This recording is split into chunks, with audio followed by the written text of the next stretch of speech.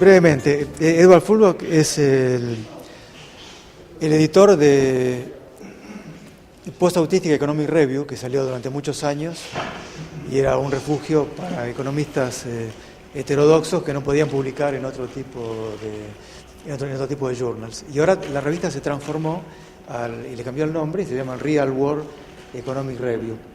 Esa es la manera en que él se presenta, pero a partir de esa revista y del éxito impactante que tiene en cuanto a conexiones y suscriptores, se ha formado la World Economic Association en el 2011, que ya tiene un número importante, tiene 12.000 académicos entre economistas y gente interesada en la economía, y los lectores de las revistas que producen llegan a 20.000, y editan 3 revistas, el Real World Economic Review, una revista semejante que es sobre economía, y una revista nueva que se llama Economic Thought, donde se publican más artículos vinculados a historia del pensamiento económico y a cuestiones de metodología en general.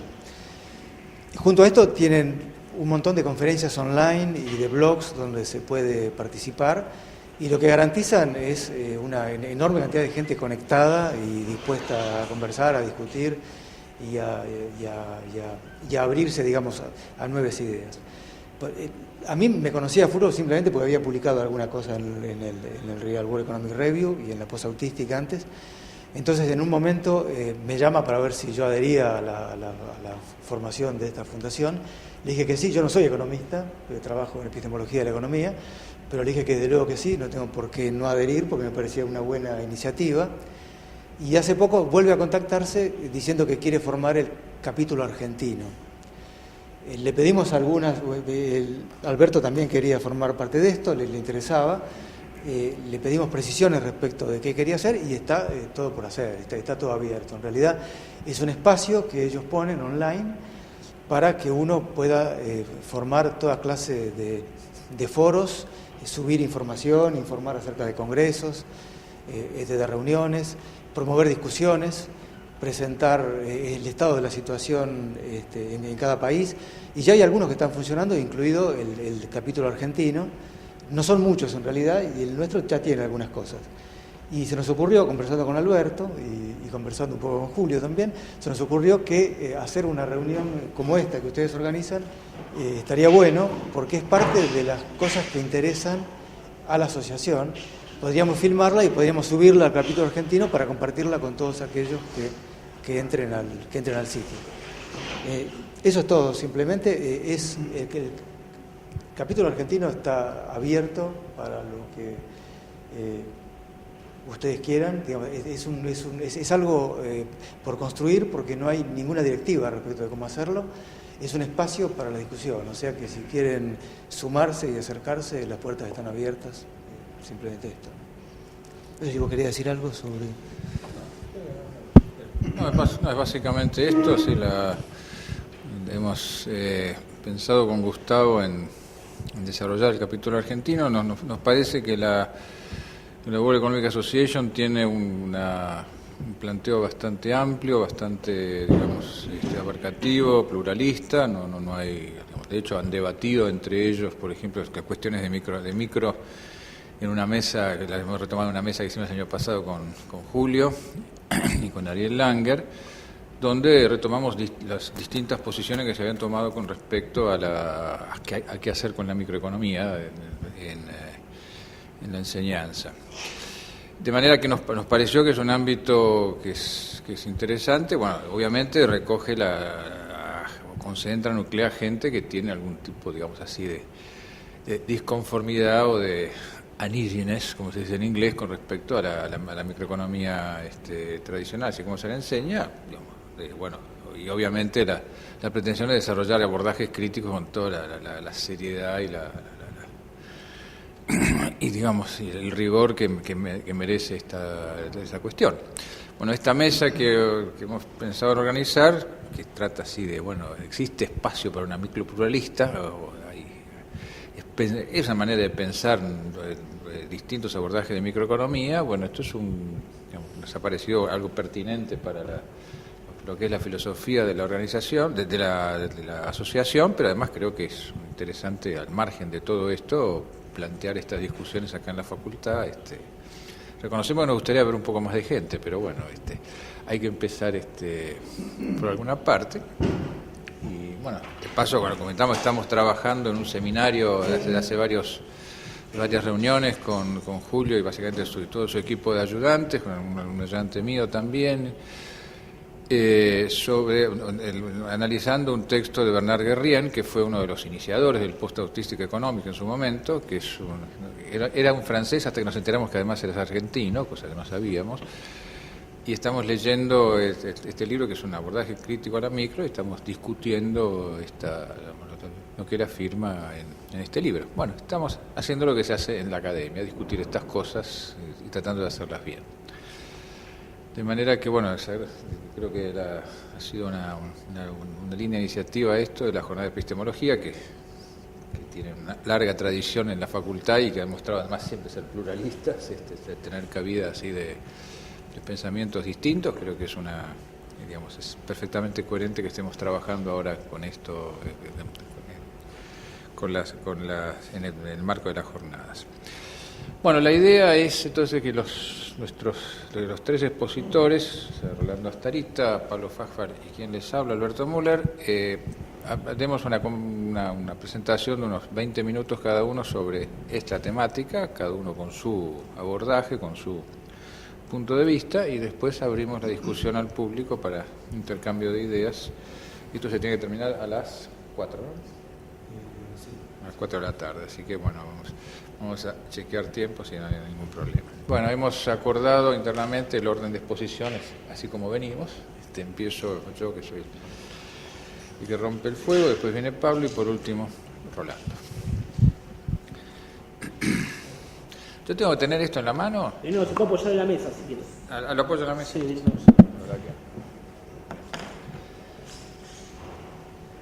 Bueno, ¿qué es lo que trata la microeconomía? Vamos a repasar cosas que ya sabemos, pero siempre hay que arrancar por lo que uno sabe, ¿no? La microeconomía trata típicamente el estudio del comportamiento de mercados individuales y también discute criterios de intervención, discute criterios normativos. Esto se ve tanto en la economía del bienestar como en finanzas públicas, en organización industrial, en economía internacional. ¿Cuál es el enfoque que adopta la micro? Bueno, hay un lugar común en esto, lo que ya todos conocemos, que es un abordaje que llamamos individualismo metodológico, una denominación que tengo entendido es atribuible a Schumpeter. Esto quiere decir, es un análisis que se desarrolla a partir del estudio del comportamiento de cada individuo para después llegar a agregar estos comportamientos en niveles mayores, como son típicamente los comportamientos de mercados específicos. La estrategia es arrancar de comportamientos individuales y después ir componiendo con comportamientos mayores. Es decir, su unidad de análisis es el individuo. La microeconomía no es o no pretende ser, pero esto vamos a tener una discusión sobre esto, una psicología como tal, sino tiene como propósito estudiar un colectivo, aunque desde su perspectiva individualista metodológica necesita construir algún tipo de teoría sobre el comportamiento individual. Bueno, algo que no siempre se explicita, pero es que el individualismo metodológico,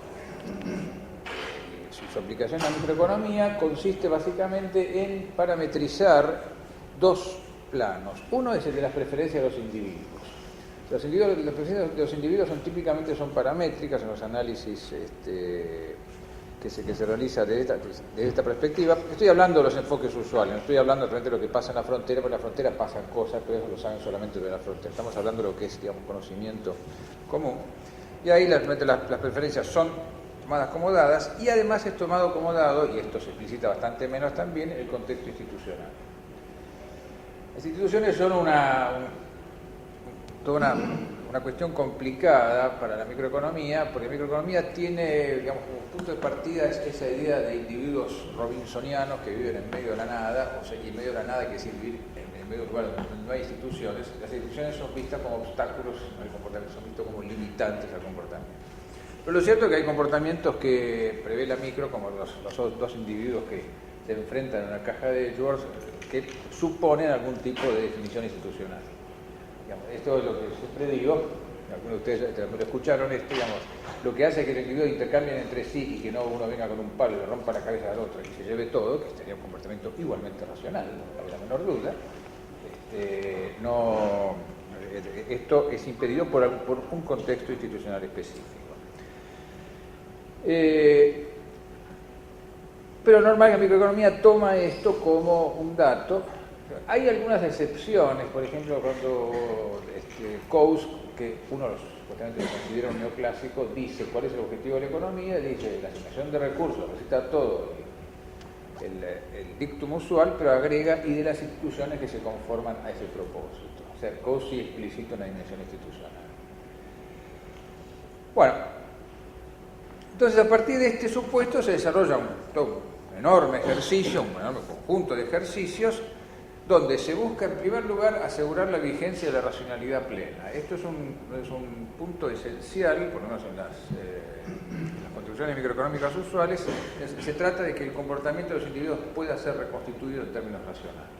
Esto tiene varias connotaciones valorativas también, pero yo quiero reforzar una en particular, y es que la hipótesis de racionalidad completa es lo que permite construir una teoría acerca del comportamiento de los individuos relativamente sencilla y relativamente expeditiva. Esto es el concepto de maximización con restricción que todos conocemos. En estos ejercicios tiene una gran importancia dos aspectos, y esto no siempre es señalado, pero incluso en aproximaciones críticas. Estos ejercicios funcionan en la medida que exista sustitución en la producción y en el consumo. Estos son puntos claves, porque si no hay toda una parte del andamiaje que deja de tener sentido, y entonces la existencia de sustitución es un componente esencial para tener un sistema de precios que sea autoexplicativo sin otros aditamentos que no sean las decisiones individuales. Bueno, esto se construye, como todos sabemos, en base a un esquema hipotético deductivo, o sea, una serie de premisas se van construyendo después por teoremas, por proposiciones, una serie de constataciones que vienen a posterior, generalmente no sujetas a contrastación empírica. No hay un trabajo sistemático de decir, bueno, esta conclusión, ¿cómo la vemos empíricamente? ¿Cómo la podemos chequear empíricamente? Generalmente eso no se hace.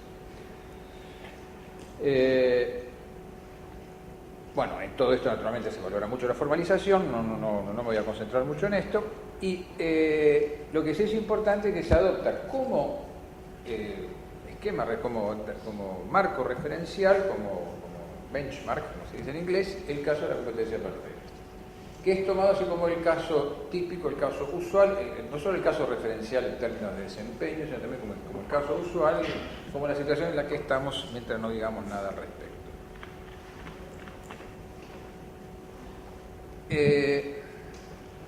Este análisis, eso es importante, combina aspectos positivos y normativos. ¿No? Estamos hablando de equilibrios y estamos hablando de óptimos. El concepto de óptimos es un concepto básicamente normativo, es una situación que se considera deseable en algún sentido. El concepto de equilibrio es ahí donde nos lleva el mercado. Entonces, cuando coinciden equilibrio y óptimo, estamos en el mejor de los mundos, como todos sabemos. Un último comentario es que, yo creo que esto es importante, es que la microeconomía es típicamente ahistórica. O sea, el posicionamiento de los teorizadores microeconómicos es que están hablando de algo así de la naturaleza humana en general. Y esto, digamos, hace que, por ejemplo, se puedan llevar, digamos, análisis enfocados en términos microeconómicos a sociedades anteriores al capitalismo, etc. La palabra capitalismo no aparece ni siquiera, digamos, en el contexto de microeconomía. Bueno, hay apreciaciones críticas que se pueden hacer a todo esto. Bueno, y si yo estoy acá, entre otras cosas, porque tengo una apreciación crítica al respecto. Pero es interesante sistematizar los planos en los que se puede verificar esto para poder después, digamos, saber en qué nivel, en qué andarivel uno está hablando.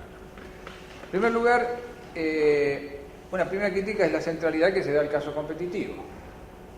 ¿No?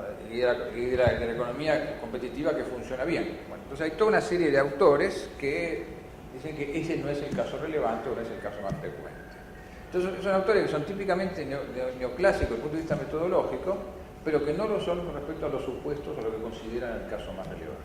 Ahí entran autores como Stiglitz o Krugman, por ejemplo, o el caso de Samuel Bowles también. Bueno, hay, en segundo lugar, críticas que uno puede hacer las cuestiones de hecho. Por ejemplo, que los retornos crecientes sean una anomalía y no un caso frecuente, que el hecho de que exista posibilidad de sustitución técnica y las hipótesis de información completa y racionalidad completa. Estas ya son, digamos, ya críticas que van más hacia el núcleo de funcionamiento de la teorización microeconómica y ya avanzan en cuestionamientos más importantes. En tercer lugar, se señala, y ya de la perspectiva también fuera, digamos, del análisis microeconómico, la ausencia de teorizaciones relativas a cómo se forman las preferencias y a cómo se integran las instituciones. Y por último, desde una perspectiva ya mucho más externa, alguien puede criticar, decir, bueno, a ver, el microeconomía está tratando cosas que no son relevantes. O sea, este análisis no es relevante o no es un análisis relevante para lo que debe ser el interés central de la economía. Estoy pensando básicamente en ciertas perspectivas marxistas. El marxismo, con esto vamos a conversar después, supongo, con Rolando, no hay nada arreglado previamente acá, está claro. Yo creo que el marxismo tiene una pretensión básica, en todo su desarrollo, la teoría de Marx tiene la pretensión de mostrar la naturaleza contradictoria del capitalismo y ese es su tema. Entonces, digamos, yo creo que en ese análisis subordina cualquier otro interés, no tiene problema, digamos, de entender cómo funciona el mercado competitivo, sino es encontrar la naturaleza del capitalismo, encontrar su naturaleza contradictoria. Entonces, desde esa perspectiva, algunos podrán decir, no, mire, lo que está haciendo la microeconomía no es lo que hay que hacer. Bueno, entonces, estos son los distintos planos. Yo voy a proponer, más que proponer, voy a comentar de qué manera yo trato estas cuestiones en mi curso de organización industrial. Yo soy practicante de la economía, no soy un teórico, tengo, digamos así, una cierta experiencia en discutir cuestiones prácticas y además, bueno, dicto una materia que es relativamente aplicada como es organización industrial. Entonces, lo que viene ahora es un poco una explicación de cómo yo encaro la cuestión de la organización, de las premisas microeconómicas en la organización industrial. Bueno, yo creo que el objetivo de la microeconomía es un objetivo legítimo. Digamos, creo que el estudiar las cosas que quiere estudiar la microeconomía está bien, es una, digamos, no tengo, digamos, diferencias en este punto, por tanto mis diferencias se refieren mucho más a cuestiones de abordaje, de metodología, más que de propósito. Entonces, lo que trato es de plantear un desarrollo teórico que sea alternativo, manteniendo, en términos generales, obviamente nada es muy preciso en esto, pero manteniendo en términos generales los objetivos que tiene la propia microeconomía. Bueno,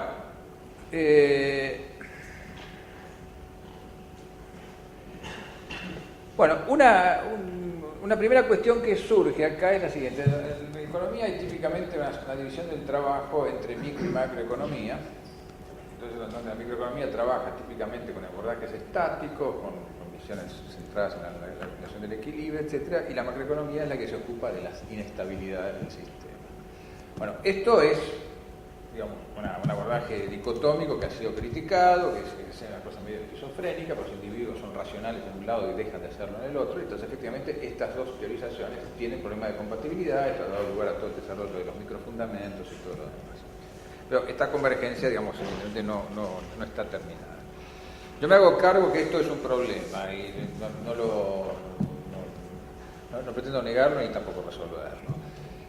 Lo único que señalo es lo siguiente: en disciplinas complejas la multiplicidad de abordajes a veces es algo inevitable. Yo no veo la posibilidad de usar un abordaje único, digamos, claro, que venimos con lo que viene con la envidia de la física, que en la física estas cosas no pasan hasta que pasan. Naturalmente para la física también pasan, ¿no? De la micro y la macrofísica también aparecen estos problemas.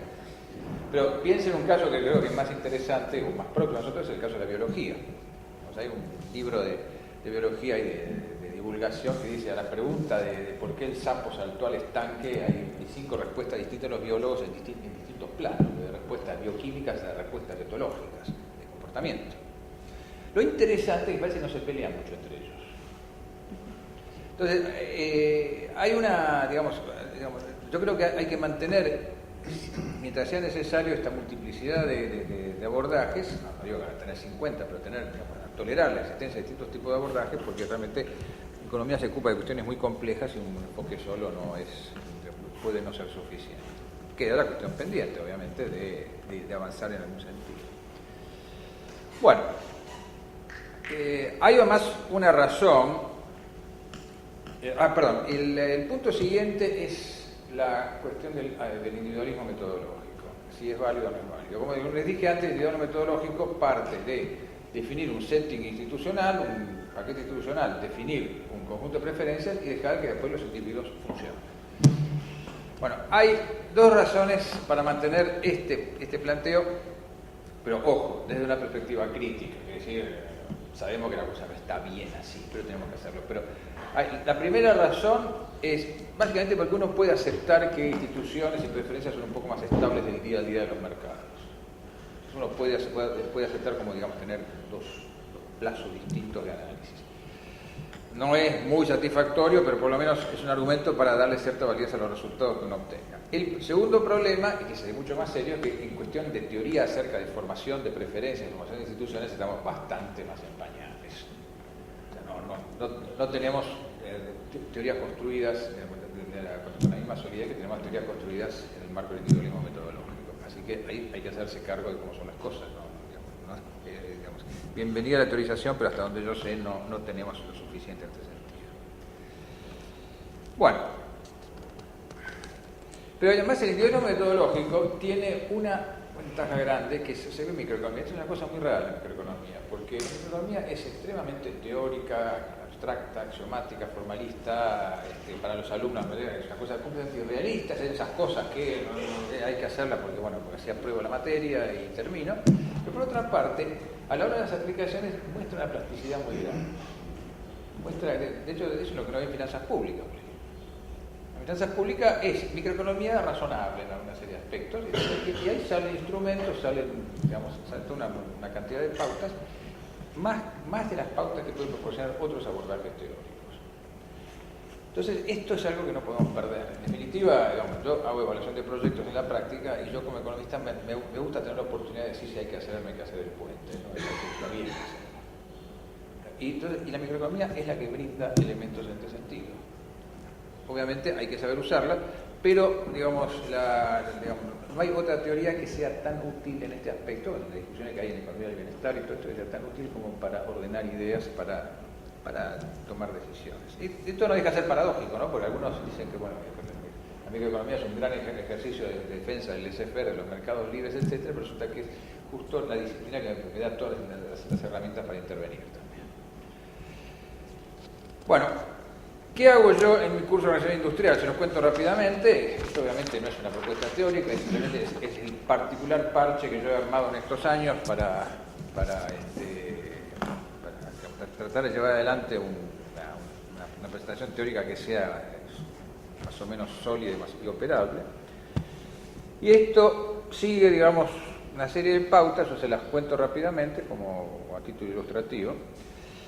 En primer lugar, yo creo que es muy importante, y esto va más allá de la microeconomía, pero yo creo que es central en la formación del economista, entender el tema de la historicidad del capitalismo. El capitalismo no es una forma eterna de organizar la producción, de organizar la sociedad de intercambio, es algo que aparece históricamente en un momento determinado.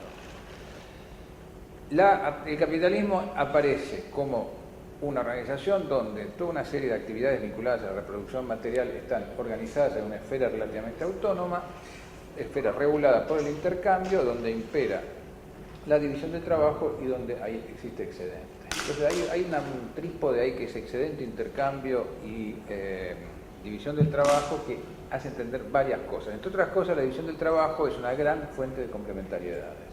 Y en ese sentido, eso se da de cabeza con la idea de sustitución técnica en la economía neoclásica, que es una idea esencial, como les dije antes. La economía neoclásica, si no tiene sustitución técnica, se le acaba la remuneración de los factores de productividad marginal y toda una parte del edificio se cae. Esto quiere decir, en otros términos, que yo no sé si voy a tener alguna vez una teoría razonable de la distribución, porque es lo que le pasa a los modelos, ¿no? Los modelos tipo los modelos de Rafa o los modelos post-keynesianos, que donde se decide la distribución en el campo político, que es una manera de decir yo no tengo una teoría al respecto. Bueno, mantengo el abordaje del liberalismo metodológico, contextualizado institucionalmente, digamos, adopto supuestos realistas, división del trabajo, retornos crecientes, no sustitución de la producción, un contexto que es endógenamente de información incompleta. Este fue mi paper de hoy a la mañana, si se lo perdió, lamento, estuvo muy bueno. Ahí explico por qué el capitalismo genera una situación de información incompleta endógenamente. Un análisis que parte y se centra mucho en las características del proceso productivo, porque eso es una de las cosas nuevas del capitalismo, la producción armada sobre la base de la división sistemática del trabajo, que es algo que no existía antes, existía en forma mucho más incipiente antes. Y después, a partir de todos estos supuestos, una relectura crítica de un conjunto de contribuciones neoclásicas. O sea, retomar contribuciones neoclásicas y releerlas o revisarlas, reexaminarlas desde una perspectiva crítica. Bien, esto es todo. Muchas gracias.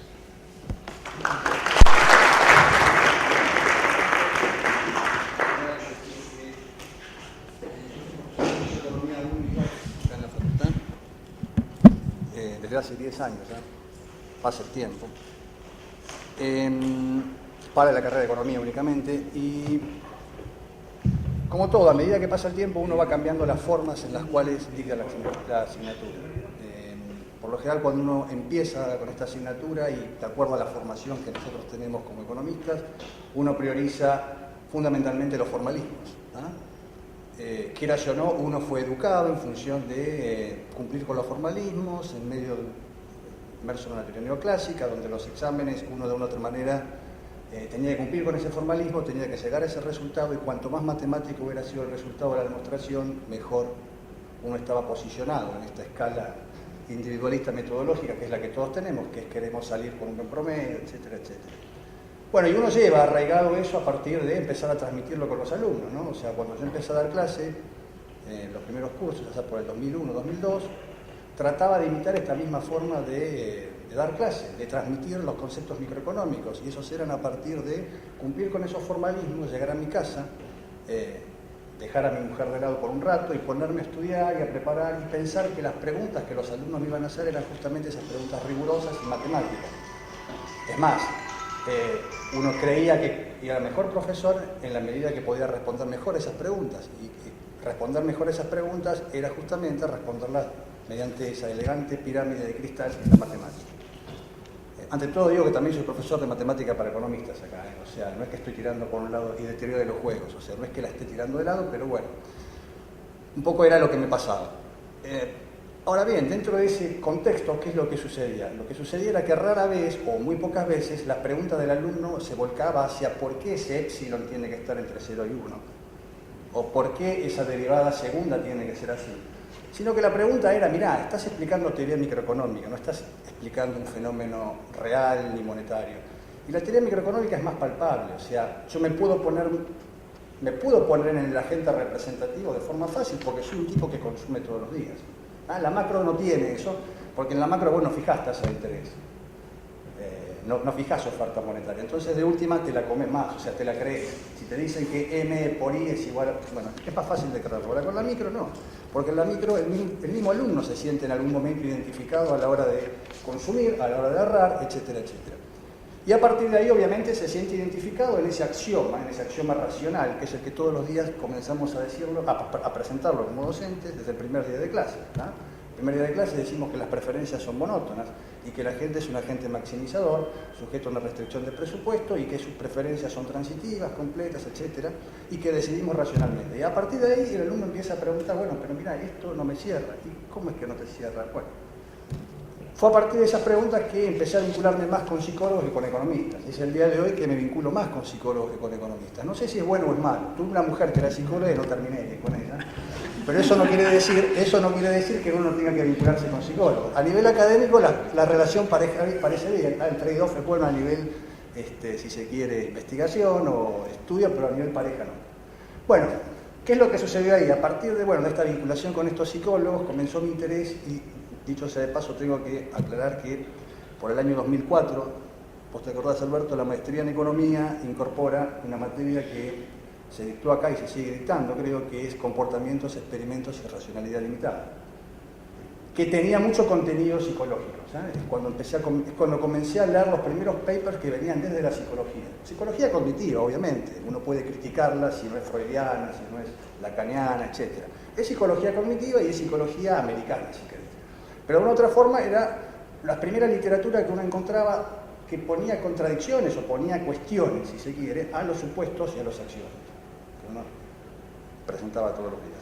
Bueno, fue a partir de ahí que me comencé a interesar en todo esto, que me empecé a vincular con psicólogos, entre ellos algunos están acá, y comencé a cambiar un poco el rumbo de las clases de microeconomía y a incorporar experimentos. Y de nuevo, si algo tiene de ventajosa la teoría microeconómica entre todas las desventajas que hay, ya que es la última en el orden de preferencias de los alumnos, la ventaja que tenemos como profesores de microeconomía es que podemos jugar un poco con los experimentos y esto genera un doble feedback con los alumnos, porque los alumnos también se motivan a la hora de reírnos de nuestros propios errores. Nuestros propios errores de acuerdo a lo que considera un error un libro de texto, ¿no?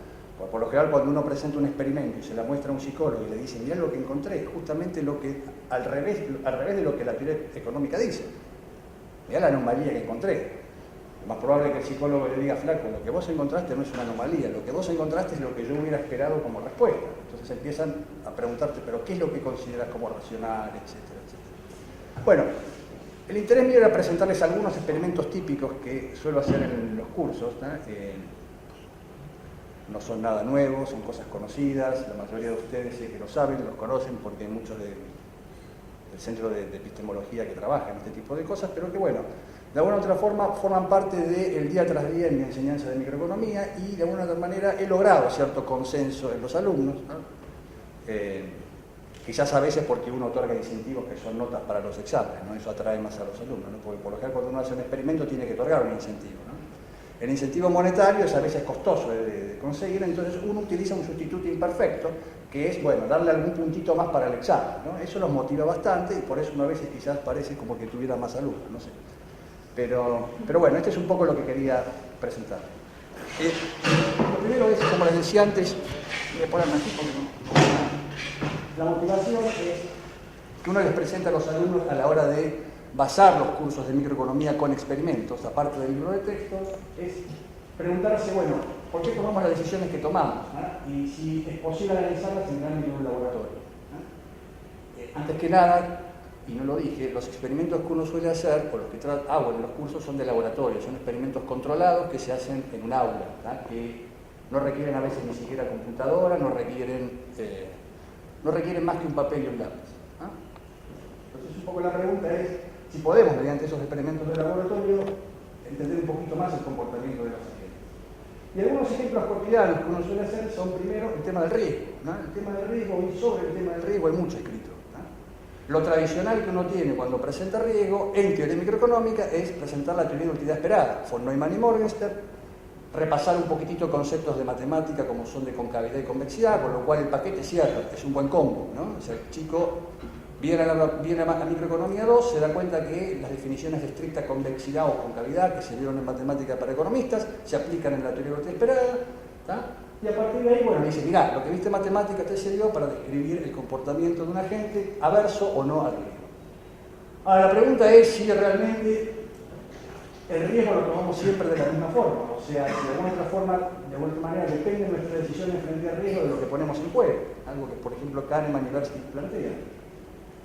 O bien si nuestras decisiones frente al riesgo dependen de las probabilidades subjetivas más que de las objetivas. Noten que por lo general hay una predisposición a definir el riesgo y las probabilidades como objetivas o frecuencistas en teoría microeconomía, cuando en realidad uno tendría que pensar en probabilidades subjetivas, que son probabilidades que muchas veces no están fundadas, surgen más bien de percepciones.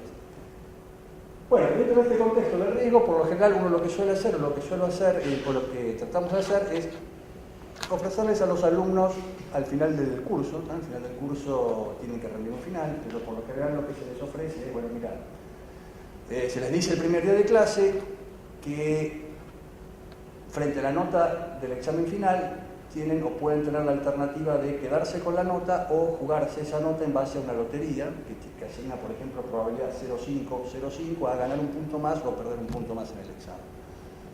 Obviamente que eso se los propone, o se les propone ese tipo de experimento en contextos en los cuales se imagina al alumno habiéndose sacado entre 5 puntos y 9 puntos, ¿no? Uno no le puede decir al alumno, vas a jugar una lotería con 10 porque no es creíble que se lleve 11, y tampoco uno le puede decir al alumno que el día que arriba al final se le va a proponer una lotería de 4 puntos porque si le lleguen mal se saca 3, y de esa forma uno queda fuera de la facultad, al menos como docente no estaría en la universidad.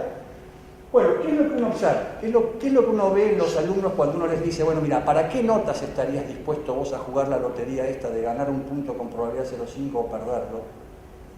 ¿Para qué notas uno cree que en realidad uno encontraría mayor predisposición a asumir el riesgo?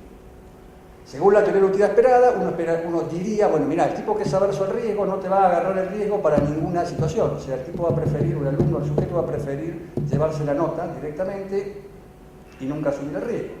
Mientras que la persona que es amante del riesgo, uno esperaría, va a aceptar la lotería para todos los puntos. O sea, con independencia de lo que está poniendo en juego, con independencia del punto de referencia en donde esté, va a aceptar el riesgo. Y uno lo que encuentra es que eso no ocurre, que lo normal, lo que ve en los cursos, lo que ven los alumnos, lo que uno observa en los alumnos, es que aquellos que tienen notas más bajas están más predispuestos a jugarse un punto adicional, aceptando la lotería, que aquellos que tienen notas más altas. ¿Para qué sirve eso? Bueno, eso nos sirve, mediante ese tipo de experimentos, uno lo que consigue, lo que puede demostrar o puede analizar en el comportamiento de los alumnos es que las probabilidades no las miden de igual manera. Ellos asignan una mayor probabilidad a ganar un punto adicional cuando las notas son bajas, o sea, cuando lo que están, el punto de referencia es una nota de un 4, de un 5, de un 6, y cuando lo que están poniendo en juego es una nota alta. O sea, es una linda manera de explicarles, mirá, la teoría de utilidad esperada de von Neumann y Morgenstern, que vos estudiás como cóncava o convexa, es cóncava y convexa a la vez. O sea, uno encuentra tramos cóncavos para niveles bajos de riqueza y uno encuentra niveles convexos para uno encuentra niveles convexos para niveles bajos de riqueza y tramos cóncavos para niveles más altos de riqueza. O sea, no es ni de una forma ni de la otra. Otro tipo de experimento que uno suele hacer en los cursos tiene que ver con la correspondencia conductual entre los excesos de confianza y las predisposiciones a asumir riesgos. Noten que acá uno de los grandes fenómenos que uno encuentra en la toma de decisiones es que las decisiones nuestras están sesgadas. Para las expectativas racionales, nuestras decisiones, nuestros errores de decisión tienen que ser puramente aleatorios y todo lo que es sesgo no existe. Desde el primer momento que uno asume que los errores no están correlacionados, está diciendo indirectamente no hay sesgo. O sea, un sesgo es un comportamiento de error sistemático, básicamente. Y eso está prohibido, eso no se considera como plausible de ocurrir dentro de la teoría microeconómica convencional. Mientras lo que uno observa es justamente lo contrario, y es que los agentes tenemos un fuerte sesgo hacia el exceso de confianza o hacia la sobre o subconfianza, y que esos excesos de sobre o subconfianza afectan las decisiones de riesgo. Por lo general, cuando uno realiza este tipo de experimentos, uno utilizamos para medir los excesos de confianza test psicométricos. Son test psicométricos con los cuales uno puede medir con qué mayor predisposición o menor predisposición la persona es más o menos proclive a ser sobreconfiada o subconfiada. Bueno, y mediante algunos de esos experimentitos uno encuentra esa correspondencia entre que los más sobreconfiados son agentes o son personas que están dispuestas a apostar o a jugarse o a decidir o a tomar decisiones más riesgosas que aquellos que son más o menos sobreconfiados, o sea, más subconfiados. Yo no sé cómo ve el tiempo.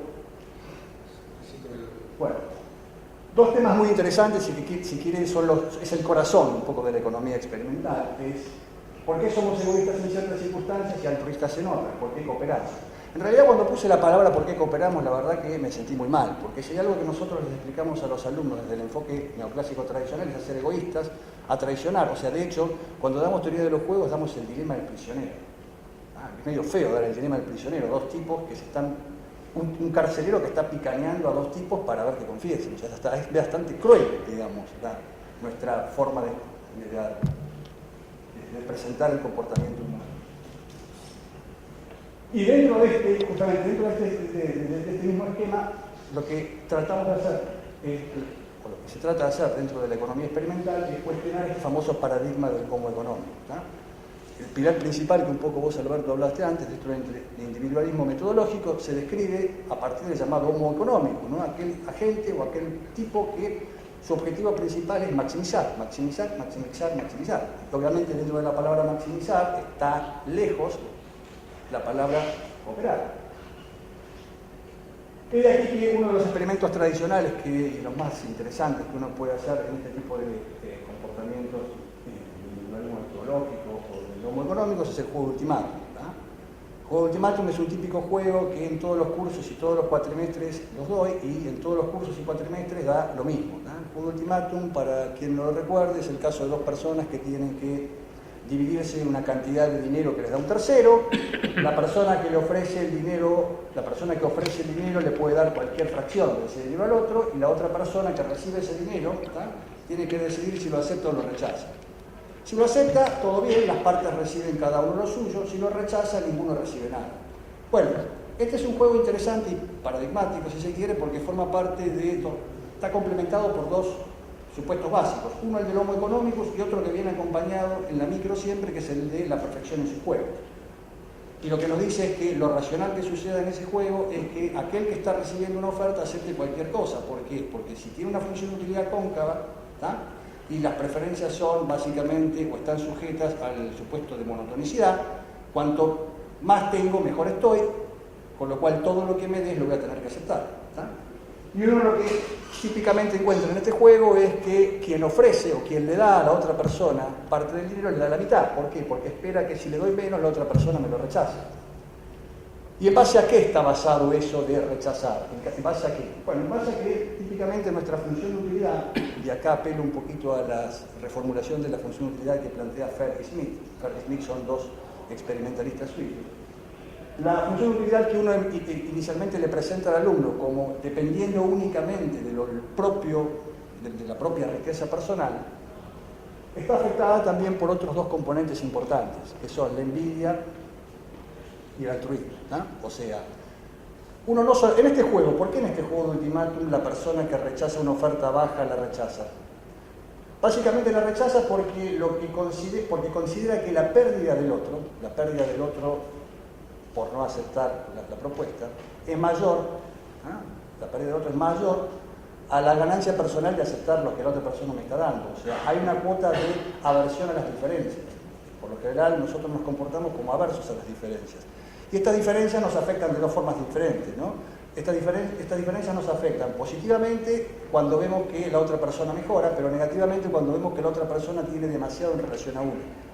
Estas dos componentes, por lo general, uno puede introducirlas dentro de la función de utilidad. O sea, uno reformula la función de utilidad para hacer al individuo, si se quiere, menos homoeconómico, o sea, estar más dependiente de lo que le está pasando a él, la riqueza que él tiene respecto a la riqueza que tiene la otra persona.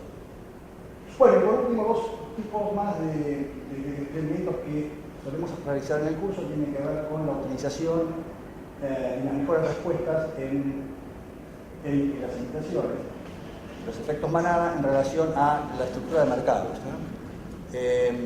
Y ahí un poco la organización industrial nos sirve bastante de punto de apoyo, porque por lo general uno lo que observa en comportamientos de juegos repetidos, en los cuales uno esperaría perfecta racionalidad. Hablo de juegos repetidos al estilo modelo de Cournot o modelo de Bertrand.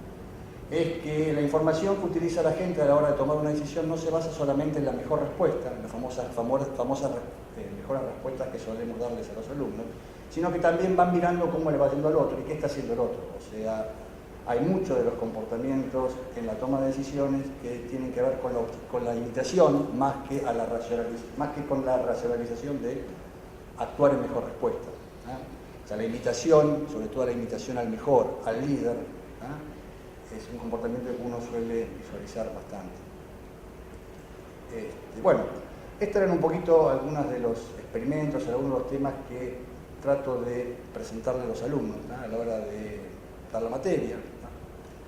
Obviamente que también se usan los manuales, obviamente que los manuales tradicionales existen, se dan, además porque tenemos que cumplir con una currícula, los temas tienen que darse, pero el condimento de la economía experimental o de algunos artículos de psicología cognitiva y conductiva, sobre todo toda la literatura que hay al respecto en Kahneman y University, apoyan un poquito la enseñanza de esta asignatura, ¿no? Tratan de aportarle un poco más de realismo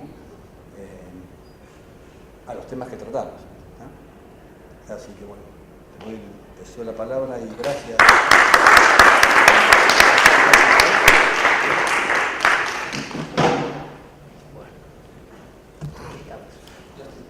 Estamos bien. Bueno, primero, muchas gracias por haberme invitado. Yo primero les digo, en la facultad yo no doy micro habitualmente, sino doy desarrollo aquí. Pero este año sí di tópicos de microeconomía. Cuando me informaron que iba a dar tópicos de microeconomía, busqué la verdad en el diccionario la palabra tópicos, porque no ubicaba bien. Tópicos significa temas de conversación en general o lugares comunes. Bueno, yo doy temas de conversación en general, entonces sobre microeconomía. Así estamos. Yo había propuesto al principio teorías alternativas sobre valor y distribución, pero quedó tópicos. Bueno, y armé un programa articulado básicamente en torno a las teorías de valor y distribución que se desprenden de la obra de Ricardo, de Marx, de Raffa, y quería ampliarlo, digamos, teóricamente en el programa también iba a tocar algo de Kalecki y Kaldor. No llego a cumplirlo, la primera vez que uno da, digamos, ahí estoy. Pero digamos, yo transmito primero un poco la experiencia de este primer cuatrimestre. Bueno, puede ser un poco tedioso esta enunciación, pero les digo, a lo largo de este curso, y en base a Ricardo, Marx, Raffa y algo de post-keynesianos, básicamente hice un punteo de posiciones, posturas que se criticaron a lo largo del curso, que se criticaron, cuestionaron, socavaron de alguna medida. 1. La economía definida como asignación de recursos escasos. 2. Gustos y preferencias de los consumidores como dados. 3. Curvas de indiferencia de los consumidores. 4. Factores de producción asumidos como dados y sus cuentas de producción. 5. Costo de oportunidad. 6. Curvas de oferta y demanda marshallianas y leyes de rendimiento, con el trabajo de Raffa. 7. Función de producción y principio de productividad marginal. 8. Efectos sustitución, directos e indirectos. Coincido mucho con Alberto. Incluso hay que marcar la importancia del tema muchas veces porque no es del todo clara la importancia que tiene la cuestión de sustituciones. 9. Variables distributivas como salario y ganancias, fundamentalmente entendidas como precios de factores y precios que están determinadas por las fuerzas de la oferta y la demanda.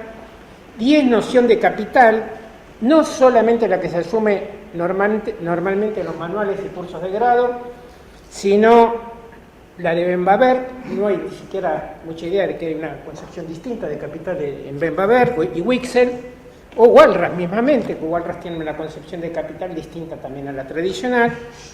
11. Competencia perfecta y 12. Equilibrio general walrasiano. Todos estos temas, de alguna manera, por la propia dinámica del curso, por la obra crítica aparte de los raffianos, de los post-keynesianos y de marxistas como Maurice Dobb, han sido de alguna manera cuestionadas, puestas en entredicho. Bueno, yo creo que basta solamente con esta enumeración para darse cuenta de que se cuestiona mucho de la estructura misma de los cursos, del contenido, es decir, son temas de charla y tópicos, pero son tópicos que están afectando de alguna manera la estructura interna de lo que se está dando. Y esto yo creo que no es un problema menor, porque sabemos que la micro es el fundamento de una economía que dice que tiene que tener fundamentos microindividuales. ¿Bien? Entonces, la idea de gran cantidad de subdisciplinas que vienen a decir que necesitan los fundamentos micros para constituirse como ciencia, enseguida voy a referirme al caso de desarrollo, está íntimamente ligada con algo que también que ha señalado recién Alberto, que es esta visión metodológica del individualismo. Esto es fundamental. El individualismo metodológico es fundamental porque en gran medida se naturaliza y se acostumbra a razonar desde esa óptica del individualismo.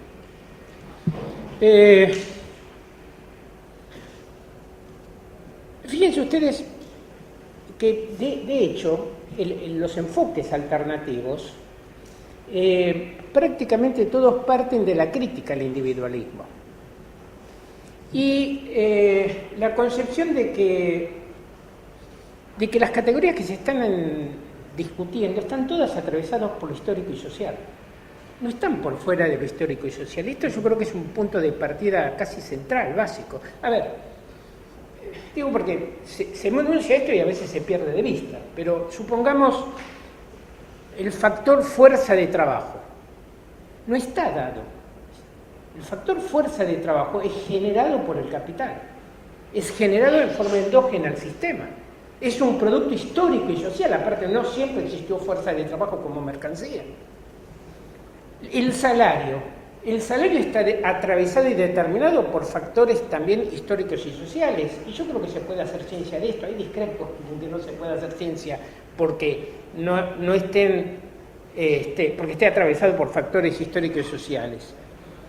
De nuevo, los gustos y preferencias de los consumidores están condicionadas y generadas socialmente.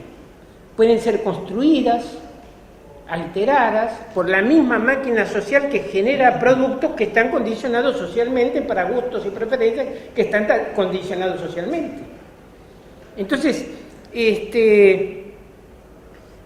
todos estos enfoques, de alguna manera, yo creo que ayudan a abrir una perspectiva, un campo, ¿no? Las tecnologías, por ejemplo, no hay tecnologías que no estén contaminadas por el conflicto social, yo pienso. La manera de disposición Alberto lo sabe, de las máquinas en una fábrica, de alguna manera, por ejemplo, tienen que permitir cierta supervisión del management de la empresa. ¿Bien? Esto es una cosa normalmente aceptada, es decir, la disposición no es neutra socialmente, no, es imposible separarlo. Y yo creo que entonces aquí, a ver, yo lo que abogo no es por no dar la micro que se da, sino yo lo que planteo es el derecho a dar visiones alternativas, nada más que esto. Primero es como una reivindicación democrática mínima. Y la primera razón por una cuestión de democracia. Es decir, por el simple derecho de que los alumnos puedan tener el acceso a diferentes posiciones alternativas y donde en un diálogo razonado y en una confrontación razonada cada cual se haga su composición de lugar y decida qué es lo que quiere o qué es, digamos, en última instancia, lo que quiere pensar para generar algo distinto o nuevo o lo que sea. Hay una segunda razón aparte que yo pienso que demanda el pluralismo, que tiene que ver también con la crítica al individualismo metodológico, y esto desde el punto de vista de la construcción del conocimiento. El conocimiento es social, es una construcción social, y por lo tanto, como construcción social, se enriquece del intercambio y el debate y la confrontación de ideas. En ese aspecto, yo por ejemplo, yo soy crítico, a ver, yo me asumo como marxista, pero yo soy crítico de aquellos marxistas que no prestan atención a los argumentos neoclásicos diciendo esto es ideología burguesa. Hay que estudiarlos, hay que entenderlos, hay que tratar de entender qué de ahí puede ser rescatable o no rescatable, etcétera, y en última instancia asumir la necesidad de una crítica desde lo interno. nosotros observamos la propia obra de Marx, se hizo estudiando a todos los economistas de su época, no solamente a Ricardo y a Smith, ¿no es cierto? Al señor Bastiat o un cara y lo estudiaba. ¿Bien? Bueno, y la tercera razón para defender un enfoque pluralista, vuelvo al problema, yo creo que es central, medular, que es el individualismo metodológico. No está probado que el individualismo metodológico sea científicamente superior a otros enfoques. Yo personalmente voy a defender una visión que le llamo holismo moderado. Bien, está muy influenciado por un epistemólogo hegeliano que se llama Westphal, bien, y defiende una perspectiva de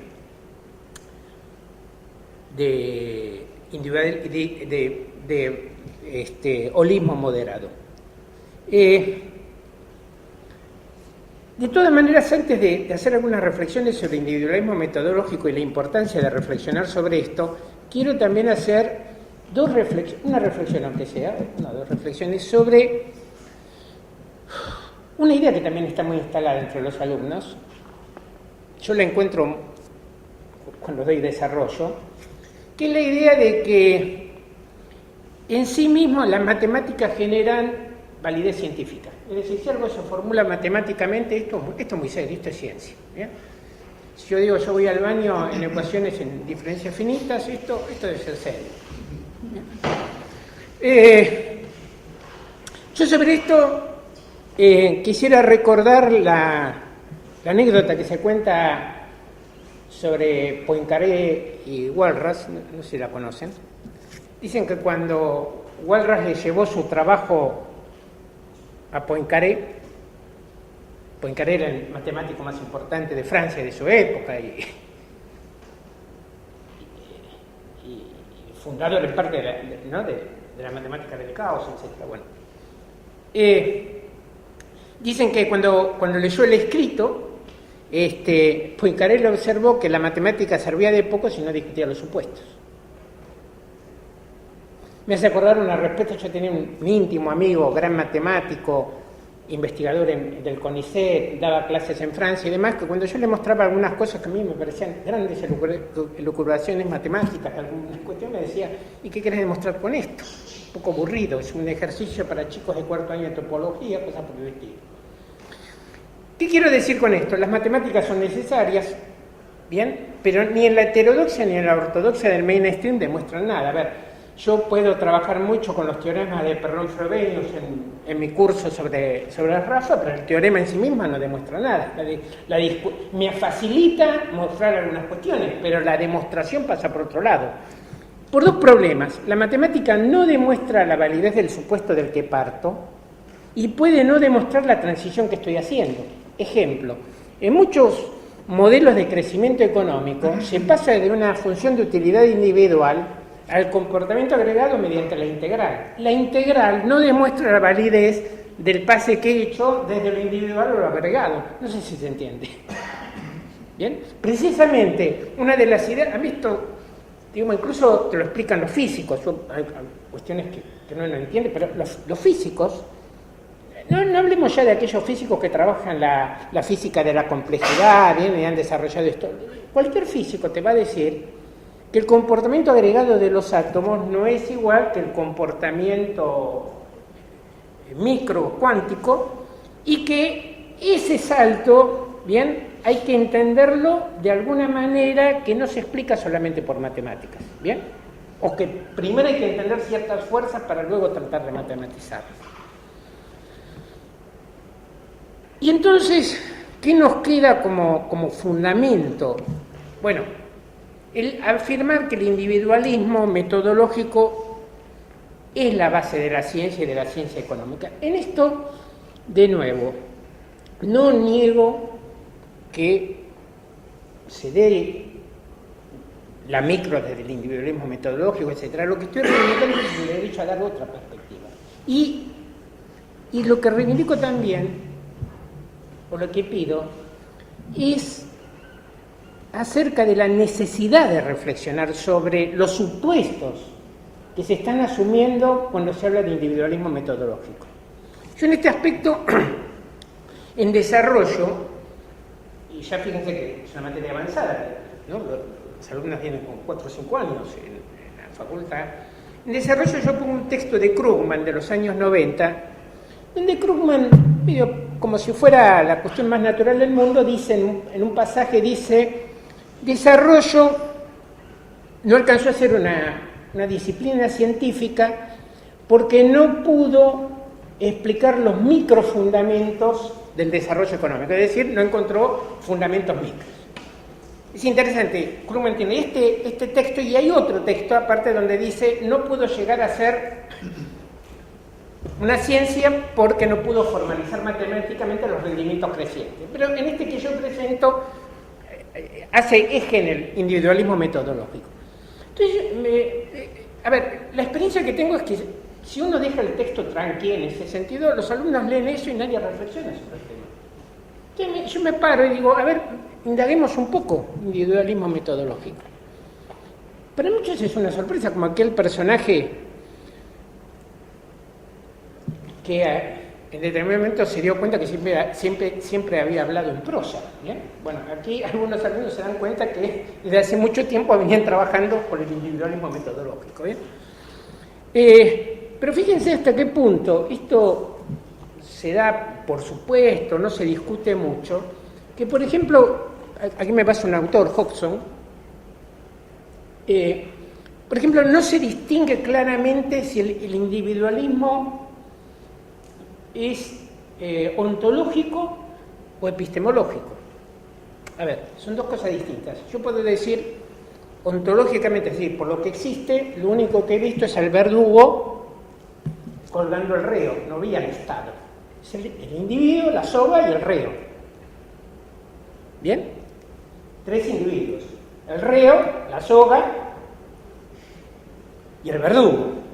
El Estado es una entelequia holista. No tiene por qué entrar. ¿Me siguen? Bueno. Ahora, eso es una afirmación ontológica. ¿Es cierto? Existen esos 3 elementos separados.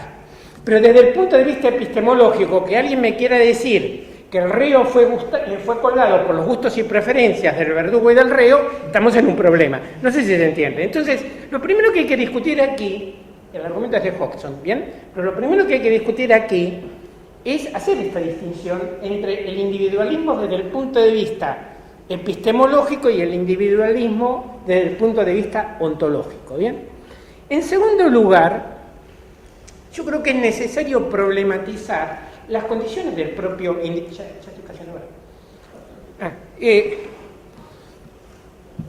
Primero, el rol que jugó el individualismo metodológico y las condiciones de su propia aplicabilidad como programa de investigación científica.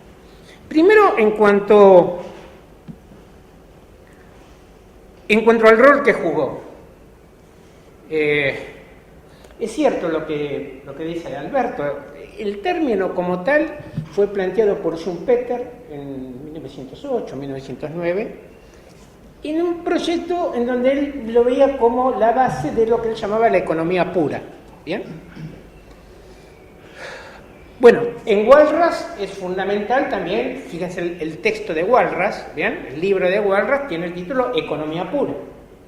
En Jevons es también fundamental en su proyecto de generar una economía como un cálculo del placer y del sacrificio. Es decir, ha jugado un rol fundamental en la deshistorización de la economía y la desocialización de la economía, para empezar a razonar en un sentido en abstracto. Ahora, aquí muy pocas veces se reflexiona, insisto en esto, sobre las condiciones de este propio programa. A ver, una de las maneras de la crítica, que tiene que ver con Hegel también, es desde lo interno plantearnos las condiciones de aplicabilidad del propio supuesto del programa que se está haciendo. A ver, ¿por qué digo esto? Miren, ya hace muchos años Lux, no sé cómo se pronuncia, pero este es un texto de los años 50, había demostrado la imposibilidad de derivar el comportamiento social de comportamientos individuales presociales. porque siempre que partimos del individuo, salvo algunos comportamientos instintivos, como dice Lux, hay que suponer que el individuo tiene comportamientos adquiridos y sociales. Entonces aquí hay un problema lógico. Si yo quiero explicar lo social a partir de lo presocial, tengo que suponer un individuo presocial, primera cuestión, salvo algunos comportamientos instintivos no existe lo presocial, y en segundo lugar tengo que poder derivar lo social de lo presocial, que son las dos cuestiones que, vuelvo a decir, siempre están implicadas en la elaboración de una ciencia.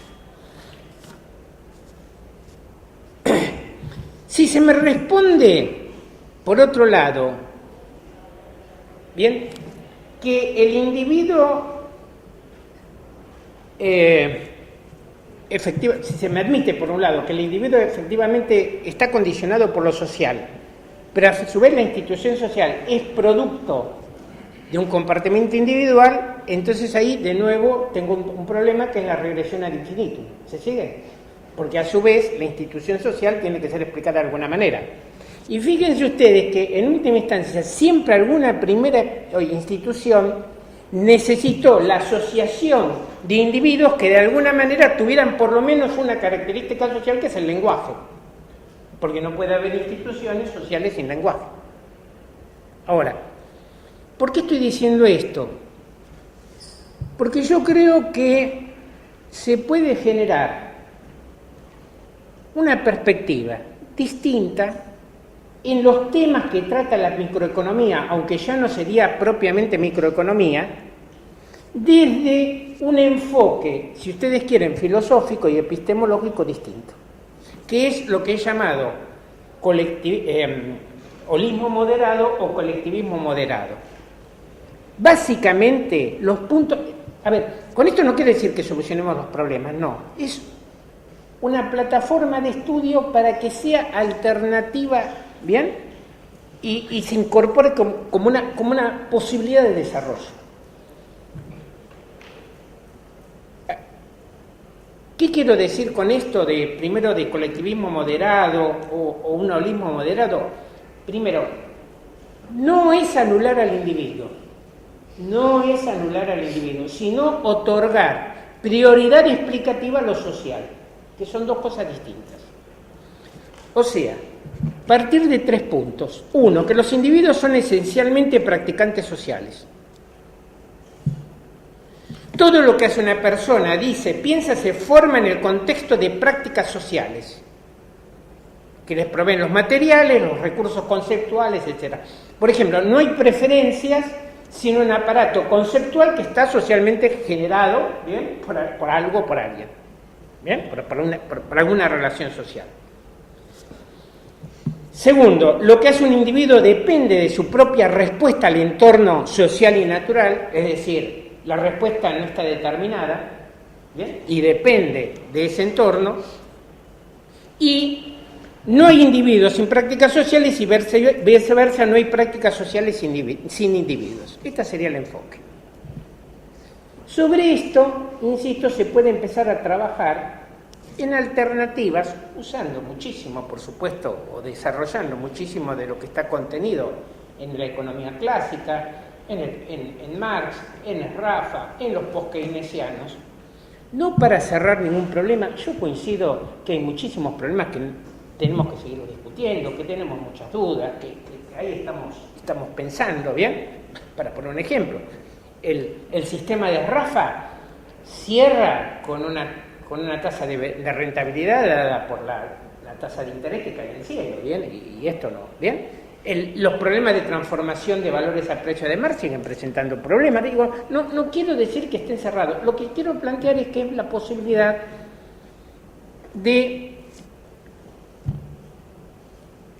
reivindicar el derecho a que se dé en el mismo plano de importancia estas corrientes alternativas con la micro tradicional o los contenidos de micro tradicional que se dan en los cursos.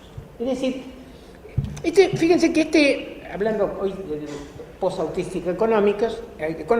Este fue un planteo de una carta que circuló bastante hace unos años de los estudiantes de Cambridge, o de los no sé si la conocen ustedes, donde ellos decían, a ver, no es que pedimos que no se enseñe lo del mainstream, lo que queremos es que se enseñe con el mismo grado de importancia todas las corrientes. Y que cada cual tenga el derecho a elegir, a pensar, porque esto va a enriquecer, a todos nos va a enriquecer, y nos va a generar nuevas problemáticas, y después podemos no estar de acuerdo, seguramente muchos no estaremos de acuerdo, pero va a abrir cabezas, va a abrir pensamientos.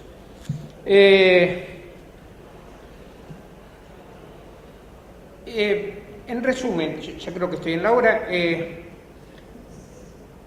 la idea entonces que estoy planteando sobre esto es, digamos, estas aperturas basadas en enfoques que problematicen los fundamentos de lo que se está dando. Insisto en esta cuestión, para mí lo más importante es entender los fundamentos de lo que se está dando, es decir, de dónde están partiendo, más que el mosaico de modelos. Yo a veces veo que hay gente que tiene como un mosaico de modelos, pero después no se ponen en relación las cuestiones, ¿bien? Sino vayamos más a los fundamentos.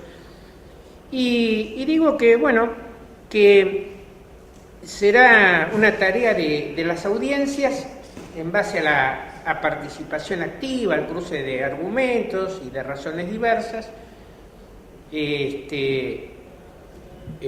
hacerse su idea, y que me parece que esto no es mucho pedir, sobre todo a gente que es tan partidaria de la competencia y de la competencia perfecta. ¿Bien? Podemos competir un poco. ¿Bien? Bueno, yo paro aquí.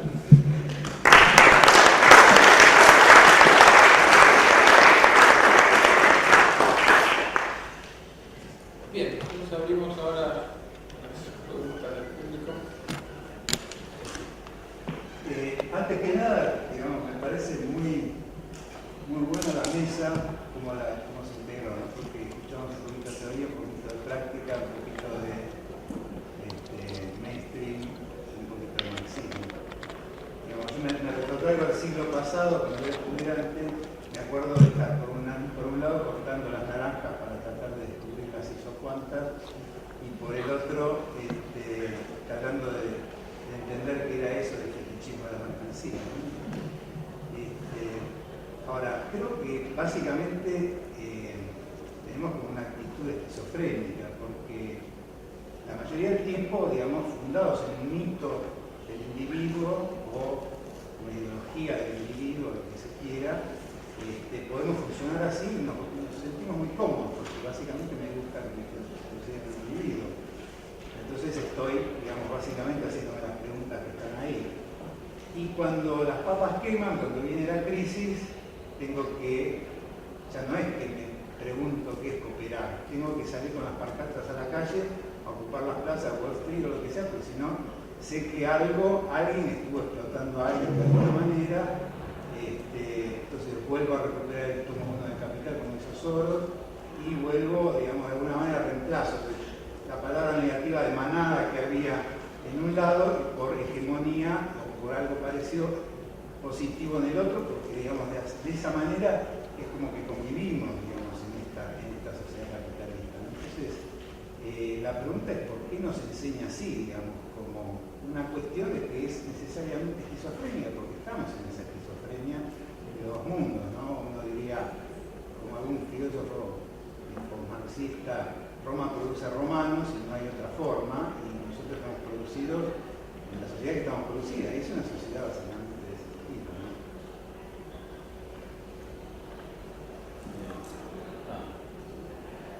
Para Pablo, sobre todo. ¿No pensás? No, el comportamiento más cercano al homo económico. Estaba pensando, ¿no aumentará, se aumenta por ahí la significatividad de lo que está en juego? Por ejemplo, si en el juego del ultimátum se reparten 1 millón de pesos, por ahí la oferta de 300.000, que es menos del 50%, es aceptada, a eso me refiero. Por ahí cuando la significatividad es tan grande, ese complemento es más cercano al lomo económico, digamos, sí, ganaba 300.000 equipos. Y también el otro se queda con 700, me refiero a eso, ¿no? Sí, en realidad ahí, no sé si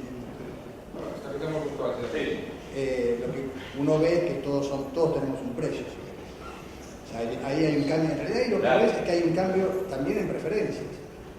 Sí, claro. Y un hecho de principios. O sea, me niego por esta plata, pero por esta plata cambio. No me niego tanto, claro. Ay, sí. Que esa es la idea. No me niego.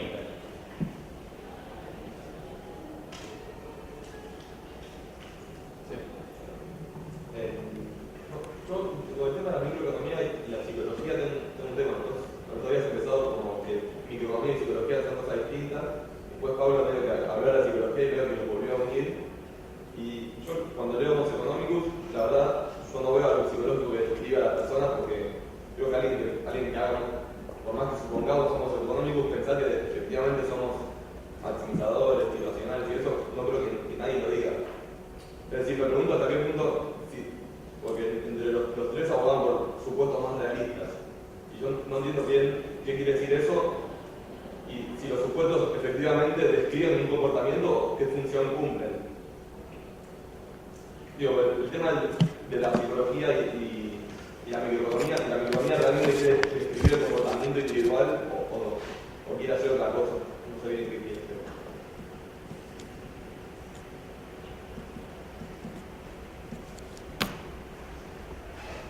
Yo quería preguntar a Robert, ¿no? Es muy interesante la idea de esa, digamos, estos principios básicos para estudiar los problemas. Yo lo que quería preguntar es lo siguiente, que es una pregunta mía. Vos manejás una serie de teorías alternativas, keynesianas, marxistas, etc. Y en realidad, digamos, nunca esas corrientes pudieron lograr per se, como quisieran lograr per se, el análisis de los temas que analiza la microeconomía. Entonces vos, de alguna manera, te pertrechás con todas las teorías y tratás de, digamos, sumarlas para tratar de dar un enfoque alternativo. Digamos, la pregunta sería, ¿por qué las teorías heterodoxas nunca han alcanzado, no la discusión, porque eso lo sabemos, sino la efectividad, digamos, como para proponer políticas? Es decir, sabemos que, digamos, que en Rusia no se utilizó la teoría marxista para proponer políticas, digamos, dentro de Rusia, o políticas económicas, de desarrollo, de lo que fuera. Y bueno, no hubo un desarrollo de un herramental, ¿no? Y cuando ha habido gobiernos heterodoxos en algunos países, tampoco han tenido, digamos, se sabe que por ahí tuvieron en un momento cierta influencia sobre el aparato educativo, sobre la academia, nunca lograron desarrollar algo alternativo. Entonces, la pregunta es, ¿habrá una razón por la cual esto se produjo o será que hay que juntar las fuerzas de todos lados y de esa manera se va a lograr? Referido a tu proyecto. Tengo que contestar eso, es dificilísimo. Si tengo que contestar eso, es dificilísimo. Yo no me impresión. No, voy a llevar. Sin chiste. Una o dos preguntas para una reflexión. Me parece que hay un tema. La idea del pluralismo, me parece que por ahí hay como un error, digamos, en la percepción histórica, y que es que el nombre de microeconomía, como fueron las ciencias sociales, no se la pusieron a microeconomía. En la historia de Albright, el nombre de microeconomía, si no se la ponía Keynes, fue keynesiana. Cuando lo que hacía Keynes era la macro, y la otra era la micro, que se encargaba de esas cosas secundarias que eran los precios relativos. Ahora, cuando uno va a la historia, la otra, cuando aparece Keynes, o sea, aparece la teoría general, la otra era la economía neoclásica, que por definición no se encargaba de los precios relativos. Era una visión del funcionamiento de la economía nacional conforme al liberalismo económico, donde la economía se veía como un conjunto de mercados. ¿Sí? La novedad de la macro es que aparecen los agregados, digamos, no es lo mismo hablar de inversión de consumo, aparece el Estado, aparecen los impuestos, etc. la visión más racial, que es la economía de un país, es un conjunto de mercados, no todos son mercados. Si es el problema de espera o bien de capital, influirá en el largo plazo, será un equilibrio distinto, pero vamos, la visión general de ahí es neoclásica. Entonces, mi pregunta es, en este sentido, que yo creo que yo enseño mucho economía, pero estoy convencido que la economía neoclásica fue superada, pero igual se sigue enseñando, pero hace falta hacer cambios. Me parece que un punto importante que rescata en esa historia del pensamiento Galbraith es que, bueno, la economía neoclásica cuando se funda haciendo el paso de la teoría objetiva del valor a la teoría subjetiva del valor.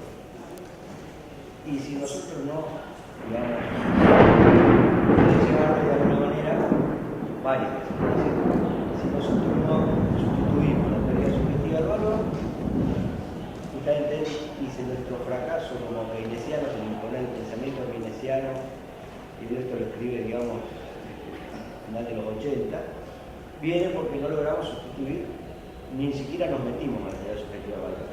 No nos metimos en la teoría subjetiva, ya está, con la vuelta de la esquina volvió a la neoclásica con todo el valor. Y me parece, por ejemplo, en la visión epistemológica de la microeconomía, por lo menos desde este punto de vista, uno puede ignorar que es la más consistente con la teoría subjetiva del valor. Si no tocamos ese tipo, a ver, macro, puedo enseñar, micro 1. Los verdaderos costos, ¿cuáles son? Los costos de oportunidad. Los verdaderos costos de la economía son costos de oportunidad. Es absolutamente coherente con una teoría donde el valor va desde el consumo hacia la producción, va al revés de la cadena productiva. Teoría subjetiva del valor. No es la teoría objetiva que el valor produce trabajo. ¿Se entiende? Digo, entonces, no sé yo, de todos estos años que eran en los micro 2, mucho que da micro 1, digamos, el modelito o los conjuntos de modelitos con sus enormes defectos que le criticamos es consistente con esta manera de pensar la teoría del valor y, digamos, y bueno, a ver, ¿y quién piensa el valor de esa manera en la sociedad? En general, los que piensan de esa manera y hablan en términos de costo de oportunidad son los empresarios, son los negociantes. Entonces, eso también ayuda para que digamos, esto que parece una gran victoria, que tiene un montón de herramientas. Y sí, porque los tipos que están en la cosa concreta tienden no a hacer las cosas que nosotros decimos que hacen en la microeconomía, pero tienden a usar el criterio de costo de oportunidad. Sin saber que lo están usando, no importa, digamos, no se cuenta con el almacenero y dice, mirá, yo para qué voy a poner plata acá si gano más allá. Si yo te compro esto, pierdo plata, si gano allá, ¿y qué está haciendo? Nosotros le ponemos derivadas, qué sé yo, pero el tipo está pasando así. Entonces esto me parece que la pregunta deriva en que ahí aparecen mucho más herramientas. Entonces yo pregunto, justamente el debate, digamos, tiene que darse, o sea, tenemos que hacer un nuevo pensamiento económico, tenemos que hacer una nueva microeconomía. Yo la dificultad que le da, o sea, la microeconomía es esto, para mí, ¿no? Es la economía neoclásica que le cambiaron el nombre. Es más, por eso la gran homogeneidad entre las finanzas públicas, económicas y la microeconomía. La microeconomía es un accioncito duro de la neoclásica. Y la finanza pública, la aplicación de la neoclásica a la finanza pública. Están ahí, digamos, son la misma escuela, pensando en distintos ramos. Entonces, mi pregunta va por esto, o alguien le decir, hagamos una agenda como hizo en su momento la escuela marginalista, digamos, necesitamos una nueva teoría de la empresa, necesitamos una nueva teoría de los mercados, porque digamos, la neoclásica lo que regula la actividad económica son los mercados, y mientras sigamos con la oferta y la demanda, podemos hacer geniales debates y discusiones sobre el consumidor, la empresa, los costos, y cuando hay que hacer política vamos a llegar al problema de antes. ¿No? Digo, no está, pero mi pregunta, ¿no está en buscar estas cosas, digamos, la novedad y la renovación? ¿No? Y no en pretender que la micro, entre comillas, no sea neoclásica. En la micro, o sea, en mi curso, en mi definición de cuando digo, se lo digo a los chicos, miren, si ustedes vienen como Rondona y me explican la microeconomía con la etimología, ustedes no saben qué es la microeconomía. Porque el nombre no se lo pusieron a los microeconomistas, se lo pusieron los otros para decir que ellos no son. ¿No? Bien, última intervención, después cerramos. Sí. Dale.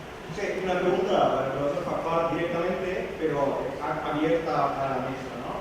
De que se ve que hay una crítica al individualismo metodológico que está un poco generalizada, que se reconoce, y sin embargo, por ejemplo, en áreas como subáreas como behavioral, se ve que se están construyendo, por ejemplo, funciones de utilidad como las que están en el desarrollo, que de alguna manera conectan la utilidad individual con utilidad de otros agentes. Entonces hay como ejercicio, yo no sé si muy conscientes o no, de aprender esa situación por definición social de la gente en, por ejemplo, el comportamiento del tipo individual a través de una función de utilidad que puede incorporar parámetros a nivel técnico, ¿no? Matemático.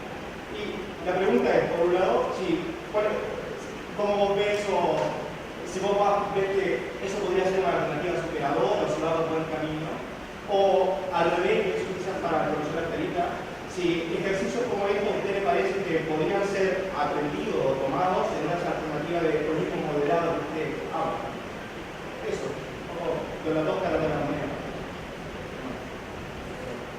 Realmente es una pregunta, tal vez la profesora Estelita, si tiene algún pluralismo de enfoques, un pluralismo de teorías al momento de la enseñanza, uno debería también extenderse a alguna suerte de pluralismo en torno a las estrategias en particular de conversación o de explicación, en el sentido que paso seguido sostiene una posición por poner al compromiso de productos en general, no creo, en el caso estamos discutiendo el individualismo moderado, paso seguido sostiene o saliera un individualismo moderado. Y uno diría, tal vez el organismo moderado sea necesario y por ende para explicar una clase de fenómenos que no tiene por qué coincidir con la definición de fenómenos macros y fenómenos micros, ¿no? Y tal vez con un cierto individualismo metodológico, tal vez un poco menos perfecto o pacato, alcance para describir buena parte o una parte, cierta parte de los fenómenos económicos. Y esto uno rápidamente lo podría extender al resto de los complementos metodológicos. ¿Por qué restringirnos? Si no nos restringimos al momento de la elección y en enseñanza de ¿por qué restringirnos si al momento de adoptar compromisos de contextos intermedios y no ofrecer y no sostener ese mismo nivel también un pluralismo de estrategias metodológicas? Muy breve. Esto, un minuto. Justamente porque lo que él decía. El organismo moderado que marcaba muy interesante Orlando, hay muchas variantes de individualismo metodológico, algunas débiles, otras fuertes, algunas muy cercanas a ese organismo moderado. Muy cercanas también al enfoque sistémico que propone Bunge, ahí me parece variante, es algo de lo que se... Bien, yo propongo lo siguiente. Hablamos cada uno de nosotros, reaccionamos a todo lo que escuchamos, más allá de lo que le tocó a cada uno. Como las específicas, estamos 5 minutos cada uno. A ver, lo que yo escuché acá, ¿qué más si la gente se cree o no se cree el Homo economicus? Bueno, en un artículo de 1960 John Robinson decía, es una psicología totalmente mecanicista que nadie cree seriamente que represente el comportamiento humano. Era una especie, digamos, como de cosa simplificada, porque no vamos a hacer una teoría completa del comportamiento individual, entonces vamos a hacer una teoría sencilla. Todo bien, pero lo que yo diría es lo siguiente, en algún momento empezaron a tomarse al pie de la letra. Yo creo que hay una diferencia muy grande entre la micro neoclásica, no sé, de un Arrow y lo que vino después. Porque ahí de golpe empezó a tomar al pie de la letra y bastante serio lo que pasó en ese sentido. ¿Por qué teorías alternativas no sirven para fundamentar políticas? Bueno, de vuelta, insisto, esta es un poco la paradoja de la teoría neoclásica, que en definitiva todas las políticas se montan sobre la base de la teoría neoclásica. Voy a decir algo más todavía. En algún texto, no me acuerdo si uno de Dobro, que decía que en realidad la sociedad socialista es la sociedad donde uno puede aplicar la teoría neoclásica, pues la sociedad realmente racional. O sea, no solamente se aplicaba, digamos, de la perspectiva de planificación sobre el capitalismo, sino que se suponía que hasta en una sociedad socialista se podía aplicar. Ahora, eso muestra algo, una plasticidad, muestra una capacidad que no tiene cualquier teoría. Claro, en el Rafa es complicado buscar esta cosa, porque Rafa viene a resolver otro problema. Rafa tiene otro mango, tiene otra historia en la cabeza. Y Rafa, de hecho, para mí la solución de Rafa, lo digo francamente, para mí, a que me hablen lo que dicen Curcio y Salvadori, Rafa es equilibrio a largo plazo, no está explicando lo que pasa en el mercado, sino es el largo plazo. A mí, francamente, el equilibrio a largo plazo, los precios a largo plazo no me sirven para nada, más que como un referente teórico, porque nunca estamos en largo plazo. Respecto al tema de teoría del valor, bueno, ahí vos abriste la caja de Pandora. Yo creo que es un tema que no está resuelto. ¿Por qué no estoy de acuerdo con vos? Porque en definitiva lo que quedó de la teoría subjetiva del valor, cuando se convirtió en teoría ordinalista, es una especie de tautología, y la gente quiere porque quiere. La teoría cardinalista tenía la ventaja que en realidad era objetiva, o es objetiva, porque en definitiva todo el mundo que va a medir la utilidad le da lo mismo. Eso, digamos, en el sentido de la cardinalista es objetiva. Ahora, cuando desaparece eso y queda la teoría ordinalista, queda una teoría así donde, bueno, y qué sé yo, la gente quiere lo que quiere, es una especie de tautología que no dice nada. Así que no le veo mucha potencia en ese sentido. Ahora, tengo que decir la verdad, y esto, yo realmente creo que el tema de por qué se forman los precios como se forman, no sé hasta qué punto lo entendimos. No sé hasta qué punto lo entendimos, porque yo veo problemas en todas las teorías, en la objetiva, en la subjetiva, en todas. Así que, con respecto a si el meter en la función de utilidad de individuos a los individuos resuelve el problema del individualismo metodológico, no, complica la cosa, pero sigue siendo individualista metodológico. La diferencia básica entre el individualismo metodológico y lo otro es que lo otro admite que hay instituciones que existen más allá de los individuos, que es un poco lo que planteó Rolando. El individualismo moderado es decir, bueno, mira, hay cosas que existen más allá de la voluntad de los individuos. Pasa que ahí hay todo un problema genético, eso aprovecho para contarle a Rolando en este punto. Hay toda la cuestión, porque miren, es como la historia, ¿vieron el principio de la biogénesis? La vida empieza de la vida, sale de la vida, no se genera espontáneamente. Sí, pero alguna vez empezó. Entonces el regreso es que en algún momento alguien tiene que haber creado la institución. Y ese alguien no se sabe si es otra institución o es el individuo. Pero quizás esa cuestión no es tan importante, porque instituciones existen desde siempre. Lo que hemos hecho hasta ahora es simplemente cambiarlas. De todas maneras, no tenemos una teoría clara del cambio institucional. Entonces, acepto la invitación del organismo moderado, me gusta mucho como enfoque y todo, veo bastantes dificultades para operacionalizarlo en este momento. Y no, nada más que eso. Pablo, te toca a vos. Lo mío es muy cortito, o sea, un poco las preguntas sobre qué nuevo hay, qué se puede reformular, y un poco eso depende de cuán perenne es el actual paradigma, o sea, cuán estricto es, porque de una u otra forma las cosas que nosotros leemos y que transmitimos provienen de la literatura existente. La literatura existente son los papers, son los journals, y bueno, todo depende un poco de cuán abierto sea.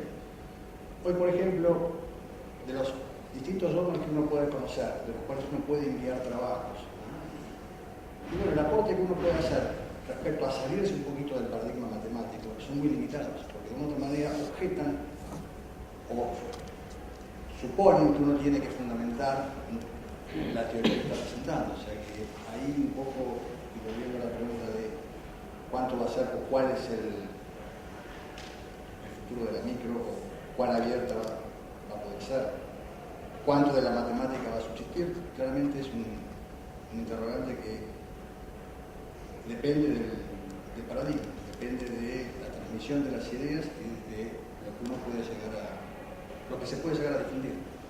Y en esto quizás a muchos de ustedes les ha pasado, pero cuando uno trata de incorporar algo más allá de lo social, por ejemplo, algún otro fundamento que pueda venir desde la propia psicología del psicoanálisis, ¿no? Porque de una otra manera hay cuestiones en la toma de decisiones que van más allá de lo cognitivo, como pueden ser narcisistas, ¿no? El efecto narcisista de poder o el efecto de mostrar algo, que uno tiene que fundamentarlo a la hora de escribir y enviar un trabajo a una revista.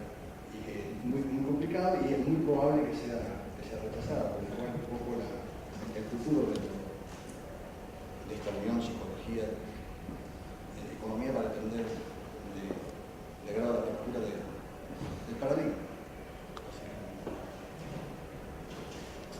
Bueno, yo empecé algunas cosas muy telegráficas.